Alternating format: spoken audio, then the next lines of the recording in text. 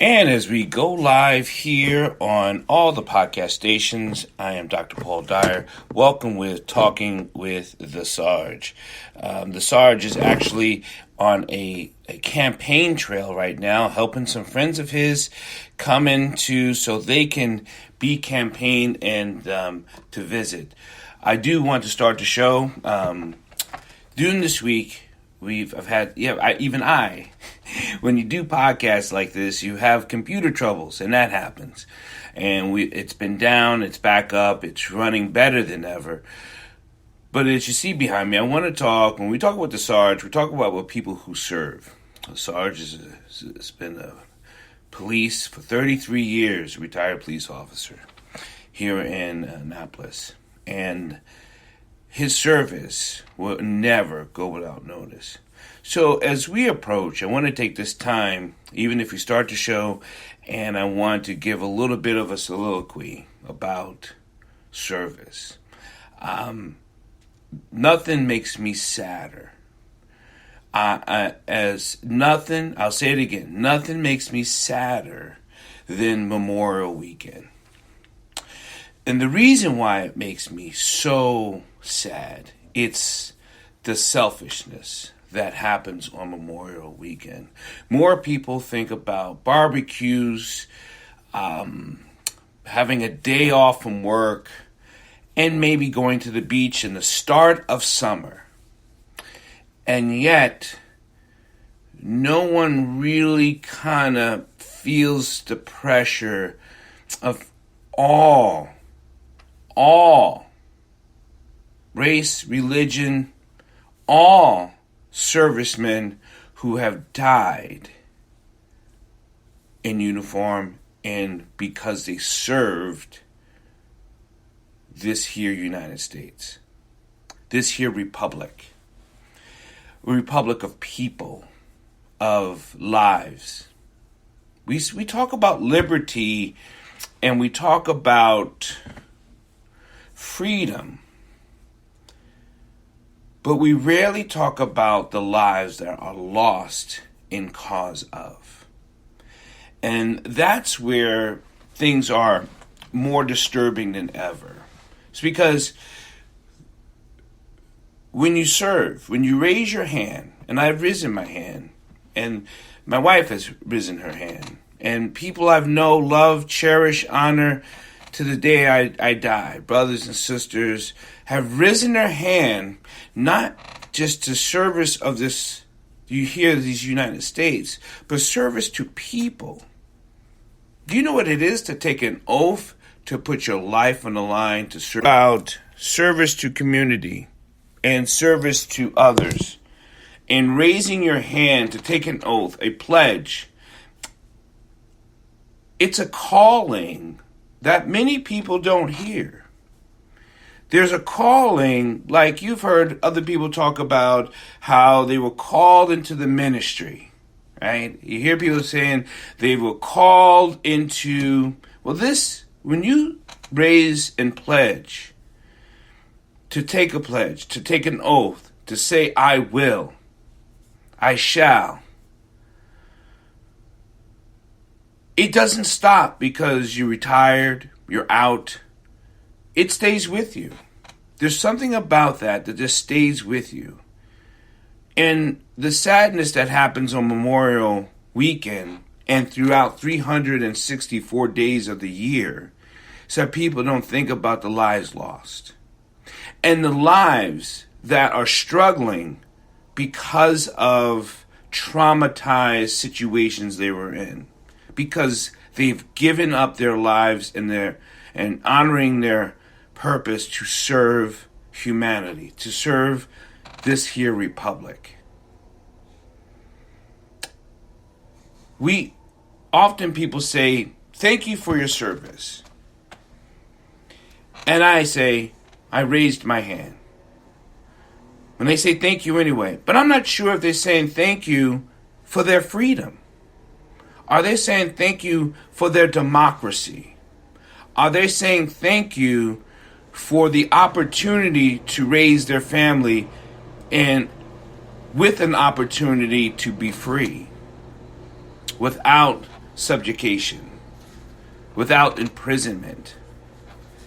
Are they thanking me because they have a free will? Are they thanking me because they don't live in a communistic country? Are they thanking me because they realize that they have too a chance and a choice? What are they really saying? What are they really thanking me for? What are they really doing? Because sometimes, honestly, I'm not sure why they say thank you. Because what we need thank yous for is for people to show up to the polls and vote in your local elections. Vote for your right judges. Vote for your district attorney. Vote for your sheriff. Vote for your mayor. Vote for your local representatives. Vote for your congressmen, your senators, your delegates, your legislators. Are you voting for those? Your school boards. Are you voting for your school board? Who sits on your school board? Who can actually dictate what kind of education your children are getting? Are you voting for the right people to be put in the right spot? Because that's how you say thank you. There's no other better way to say thank you than for you to get out and take action to see an injustice be just. To take a wrong and turn it into a right. So many words are being weaponized against being awoke, being wakened, being enlightened. Saying that you're this side or that side. Being awake is to be aware of your own personal thoughts. How you feel. How it's being directed. Giving yourself an opportunity to choose. Memorial Weekend saddens me. Saddens me because I know a lot of people just don't care. They're just happy to play their video games. Happy to watch their favorite Netflix shows and stream them. Happy to take advantage of the less fortunate.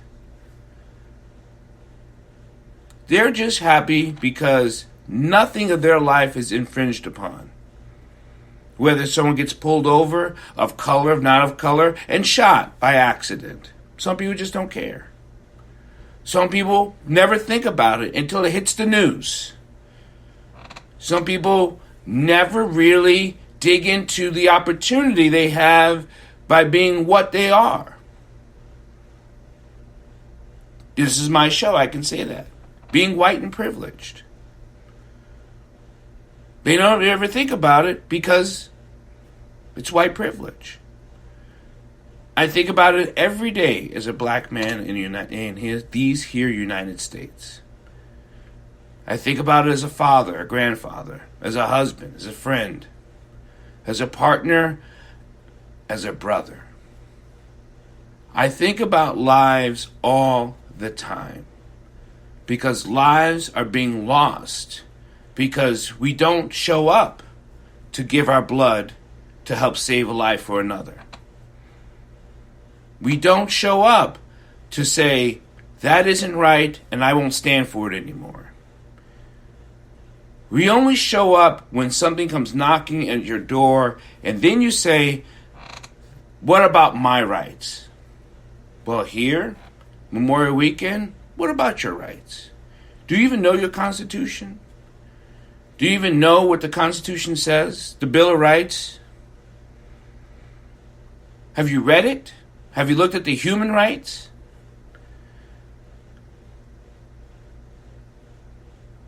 Are we that busy?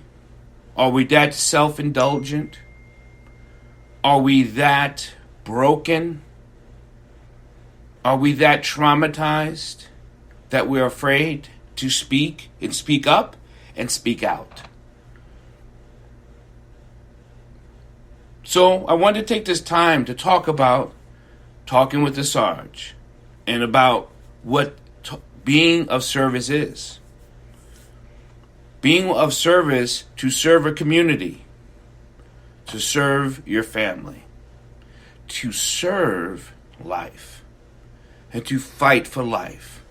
Not just liberty, but to fight for living free. Because even if you're in tyranny, that's not living, that's surviving. And the only way to be truly free is if you take action as a free man can. To be involved in a community that needs your involvement. To be involved with a community that needs your blood for other patients. For you to fight sickle cell anemia. For you to fight oppressed people. Homelessness. Hunger.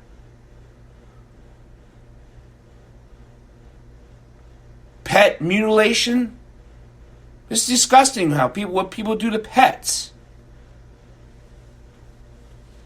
It's disgusting what people do to the other human life because they don't take the time to see them. Start seeing each other. Whether you've taken the oath or not, we know what we fight for. We know what we have fight for. We know what we will fight for. Because we've taken the oath. We've taken the pledge. And it's an honor and a privilege